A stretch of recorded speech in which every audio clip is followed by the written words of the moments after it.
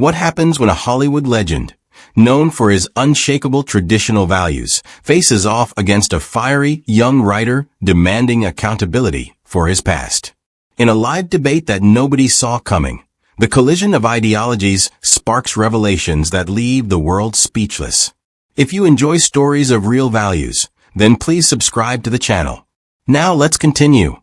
The cameras panned across the packed studio, capturing the sea of eager faces illuminated by the glowing lights of the stage. Tonight was no ordinary debate. It was an event, a cultural battlefield where two polarizing figures would square off live in front of millions. Social media was already ablaze, hashtags trending worldwide as anticipation reached a fever pitch. Hashtag Gibson debate dominated timelines, with users staking their positions before a single word had been spoken.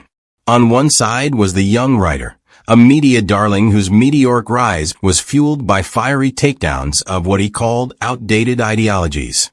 Clips of his bold declarations and viral speeches filled the on-screen montage, casting him as a voice of progress and liberation. The video showcased his charisma, his sharp wit, and his unrelenting critique of structures that he claimed stifled the world's evolution. The montage ended with a stark image, the writer pointing to the camera, saying, "It's time to leave the past where it belongs." Then, the screen shifted to a different tone. Mel Gibson's face appeared, etched with the lines of a man who had seen triumphs and storms in equal measure. The clips that followed were a mix of accolades and controversies, a collage of his cinematic brilliance and the moments that had earned him sharp criticism. The audience murmured as the montage played. Some watched with admiration, others with skepticism, their reactions mirroring the divide that had made this debate so explosive. The applause swelled as the writer strode onto the stage, his energy electric. He waved confidently to the crowd, his presence commanding attention. Then came Mel, his walk steady and deliberate, a man who didn't seem fazed by either the cheers or the scattered boos that greeted him. He wore a simple suit, his gray beard neatly trimmed, and his expression unreadable but undeniably intense. As he took his seat, the contrast between the two figures couldn't have been more striking. Youthful fervor versus seasoned resolve. The host, a polished figure known for steering tense discussions, welcomed the audience with a practiced smile and introduced the topic, the relevance of traditional values in a modern world. The words hung in the air, heavy with implication. Turning to Mel first, the host said, "You've been called out for clinging to outdated values. Do they still have a place today?" Mel remained silent for a beat, letting the weight of the question settle. He reached for the microphone, adjusting it with deliberate care, his movements unhurried. The room seemed to hold its breath, the audience leaning forward in their seats. Finally, he spoke, his voice calm but carrying an unmistakable edge. "Let's find out," he said, his gaze locking with the writers across the stage. "Let's find out if progress is as perfect as you think it is." The writer wasted no time. From the moment he leaned into the microphone, his voice rang out with the kind of passion that demanded attention. "Traditional values," he began, his words deliberate and cutting, "are nothing more than a crutch for those afraid of change." The room was still, save for the occasional murmur of approval from certain corners of the audience. They've been used to justify inequality, to silence progress, and to uphold systems that keep power in the hands of a few. And frankly, Mr. Gibson, your career is a shining example of that. The writer shifted in his seat, glancing briefly at Mel before turning back to the audience. "Your films," he continued, his tone sharper now, "glorify narratives that uphold a romanticized version of the past, a past where certain voices were excluded entirely. And when questioned about it, you've doubled down. You've spoken about tradition like it's a sacred text, untouchable and above scrutiny. But the truth is, tradition has always been a convenient shield for oppression." Gasps rippled through the audience, and the host sat straighter, clearly trying to mask his discomfort. The writer pressed on, his confidence swelling with the reaction. "Let's not ignore the headlines either," he said, his voice dropping slightly. almost conspiratorially. The things you've said publicly, unapologetically, have hurt people. They've reinforced harmful stereotypes, given fuel to those who think the past was better simply because it suited them. How do you justify that? The audience was visibly engaged now, leaning forward, some nodding along while others whispered to their neighbors. The tension in the room was electric, and the writer wasn't done. "Here's the thing," he said, punctuating his argument with a raised hand. "We're at a crossroads. The world is changing, and we're finally recognizing the harm these so-called traditional values have caused. But people like you," he added, his eyes locking onto Mel with laser precision, "are holding us back. How can we move forward when you keep pulling us back?" He ended his statement with a flourish, leaning back in his chair as if to let the weight of his words settle. The room erupted into a mix of applause and murmurs, the divide in the audience palpable. The host hesitated, glancing at Mel, who had remained silent throughout the writer's impassioned critique. His face was unreadable, his hands clasped lightly in front of him. He seemed neither offended nor shaken, but rather composed, as though he had expected every word. Finally, after a long pause, Mel nodded slightly, signaling his readiness to respond. He adjusted the microphone, leaning forward, his calm gaze fixed on the writer. His voice, when it came, was steady and deliberate. "It's funny," he began, his tone carrying an edge of quiet authority. "You think tradition holds us back. But have you ever stopped to ask where your freedom comes from?" Mel leaned back slightly after delivering his opening line, letting it linger like an unanswered question, heavy in the air. His gaze moved deliberately across the audience, his expression calm but purposeful. "Freedom," he said slowly, "doesn't exist in a vacuum. It doesn't just appear out of nowhere. It's built on something solid. And that something is tradition." He adjusted the microphone again, his voice growing more deliberate, more resolute. "We like to think that freedom is this shiny new thing we invented, as if it sprang fully formed from the modern world. But if you pull at the threads of history, you'll find that the very foundations of the freedoms we cherish were laid by people who clung to tradition. Traditions that taught them discipline, responsibility, and the value of something greater than themselves." He leaned forward now, his hands clasped in front of him, drawing the audience in. "Take away tradition," he said, "and you don't get progress. You get chaos. You get a society that tears itself apart because it doesn't know what it stands for anymore. And believe me, I've seen what happens when people abandon tradition in the name of liberation. It's not liberation at all. It's a free fall." The audience was quiet, listening intently, their earlier murmurs of agreement with the writer now replaced with thoughtful silence. Mel let out a small, measured breath before continuing. "I'm not here to tell you that tradition is perfect. Nothing made by human hands ever is. But when we respect it, when we use it as a framework, it can guide us through the storms." His tone softened as he shifted gears, offering a rare glimpse into his personal life. "I learned this the hard way. My family wasn't rich or powerful. We didn't have a safety net.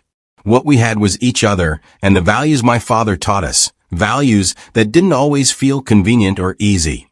He believed in discipline, in faith, and in doing the right thing, even when no one was watching. And those values shaped me. They're why I've been able to do what I love for so many years, even when the world turned against me." The anecdote hung in the air, and a subtle shift rippled through the audience. Some nodded, others exchanged glances. The writer, who had been leaning back confidently, straightened slightly, his expression tightening. The host, sensing the shift, spoke up. "That's a compelling argument, Mr. Gibson," he said, his tone neutral but impressed. The comment drew murmurs from the crowd, a sign that Mel's words had landed. But before the shift could solidify, the writer smirked and leaned forward, his confidence visibly returning. "That's all great," he said, his voice laced with a sharp edge. "But what about your traditions? They haven't exactly aged well, have they?" The words cut through the moment like a blade, and the tension in the room spiked once again.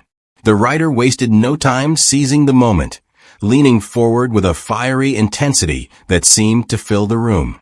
Tradition, he began, his voice sharp, can't be an excuse for avoiding accountability. And let's be honest, Mr. Gibson, you've built a career on it.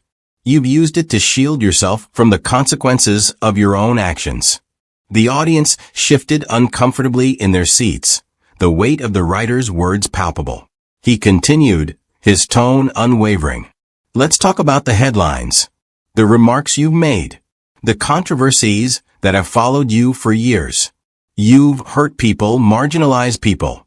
And instead of taking responsibility, you double down and call it tradition. Is that what tradition means to you? A way to sidestep the truth. Gasps rippled through the crowd, and a few audience members exchanged uneasy glances. The writer's confidence only grew as he pressed further. You sit here tonight defending morality, discipline, and values. But how can you preach those things when your past speaks so loudly? How can you stand for values that have caused so much pain, so much exclusion? Don't you think the world deserves better than that? The host glanced nervously at Mel, whose expression remained unreadable, his hands resting lightly on the table. He didn't interrupt, didn't flinch, as the writer continued to drive his point home. You've made people feel small, Mr. Gibson. You've made them feel like they don't belong. And that's the problem with tradition. It keeps people in their place, while the rest of the world moves on without them. The tension in the room was suffocating now, the weight of the accusations hanging heavy in the air. The writer leaned back slightly, his words delivered, his gaze locked on Mel as if daring him to respond. The audience, too, seemed to hold its breath, waiting for what would come next. For a moment Mel did nothing. He sat quietly, his expression unchanged, his gaze steady. The silence stretched, amplifying the tension, until it felt almost unbearable. Then, slowly, he leaned forward, his eyes meeting the writer's with a calm intensity that was almost unnerving. You're not wrong, he said at last, his voice steady and deliberate, each word carrying its own weight. The statement sent a ripple through the room, murmurs breaking the silence as the audience tried to process what they had just heard. The writer's confident expression faltered for the briefest moment, confusion flickering across his face. Mel's tone softened, but his gaze never wavered. But you've only told half the story. He let the words linger, their meaning unclear, as the room fell silent once more. The host glanced between the two, clearly sensing the gravity of what was about to unfold. All eyes were on Mel, waiting for the rest of his answer. Mel's eyes remained locked on the writer as he let his accusation hang in the air a moment longer, the weight of his words still echoing. Then he leaned back slightly, his expression softening, the edges of his intensity giving way to something deeper, more personal. You're right, he said, his voice quieter now, but no less resolute. I've made mistakes, big ones. Ones that I can't undo, no matter how much I want to. And I won't stand here and pretend otherwise. The audience, caught off guard by his candor, shifted from their tense postures. Some leaned forward, others glanced at one another in surprise. Mel continued, his voice carrying a rawness that felt uncharacteristic but undeniably authentic. There have been times when I let my anger, my ignorance, and my pride get the better of me. And those moments cost me relationships, respect, even my own sense of self. When the world called me out, I didn't just hear it. I felt it. And I had to sit with that pain. He paused, his gaze sweeping across the audience before settling back on the writer. But you know what I learned? It's not about erasing the past or running from it. It's about owning it, facing it head on, no matter how much it hurts. Because redemption isn't handed to you. You have to earn it. And that's what tradition taught me. Not to hide behind it, but to let it guide me to be better. Mel shifted in his seat, leaning forward slightly, his voice growing steadier as he shared a personal story. There was a time in my life when I thought I had it all figured out. I was successful, admired, on top of the world. But I was blind to the damage I was causing, blind to the voices I wasn't hearing. And then I hit a point where it all came crashing down. My career, my relationships, my sense of self-worth. It felt like everything was stripped away. He hesitated, his words trembling slightly, but he pressed on. And in that emptiness I realized something. The values my father taught me, the discipline, the humility, the faith, those weren't just words. They were lifelines. They didn't shield me from my mistakes, but they gave me the tools to face them, to grow from them, to rebuild. The room was silent now, the audience visibly moved. A few people in the front row wiped at their eyes, while others sat in quiet contemplation. Even the writer seemed taken aback, his confident posture faltering ever so slightly. Mel's voice softened further as he concluded, "The past doesn't define you unless you let it. It's what you do after, how you rise from it, that matters." The writer's expression hardened, his conflict giving way to determination. "That's touching," he said, his voice sharp. "But if tradition is so great, why does it keep hurting people?" The tension snapped back into place, and the room braced for the next blow. Mel didn't flinch at the writer's sharp retort. Instead, he straightened in his chair, his voice steady, but now carrying a sharper edge. "You keep saying tradition hurts people as if it's some immovable force. But tradition isn't the problem. People are. It's not the values themselves that fail. It's the way we twist and misuse them to justify our flaws. The issue isn't tradition. It's how we wield it." The audience stirred, some nodding, others murmuring to themselves. Mel's intensity grew as he leaned forward, his words gaining momentum. "Take a good look at history. The traditions you're so eager to tear down, many of them evolved because brave people worked within them to make things better. Abolition, civil rights, women's suffrage. These movements didn't destroy tradition. They expanded it, redefined it, to include those who had been left out. That's what tradition does when it's alive and breathing. It grows." The writer's jaw tightened, and he leaned forward, his voice cutting in before Mel could continue. "That's easy to say, but how many lives were crushed under the weight of those same traditions before they changed? How many people suffered while waiting for the world to catch up? You can't excuse the damage by saying it eventually got better." Mel's gaze didn't waver. "I'm not excusing anything," he shot back, his tone rising for the first time. "I'm saying we can't pretend that tearing everything down is the solution. You think progress happens by throwing away the past. No. It happens by building on it, by working through the hard truths and making it better. You don't fix something by destroying it. You fix it by repairing what's broken." The writer shook his head, his frustration now visible as he raised his voice. "But what happens when the foundation itself is flawed? You keep saying we should build on tradition, but what about the people who've been crushed under it? What about the harm that's already been done? Where's the accountability in your so-called framework?" The audience was on edge, some erupting in applause for Mel's defense, others cheering the writer's fiery pushback. The room had turned into a battlefield of ideals, each side drawing their own lines, each point sparking reactions from the crowd. The host looked visibly tense, his attempts to mediate drowned out by the escalating exchange. Mel's voice rose, commanding the room. "Accountability doesn't mean abandoning everything that came before. It means facing it, learning from it, and doing better. You don't throw out the tools just because they've been misused. You fix the hands that wield them. That's the difference between progress and destruction." The writer leaned forward, his expression hard. "So what's your solution?" he asked, his voice cutting through the noise. "How do you fix something that's broken?"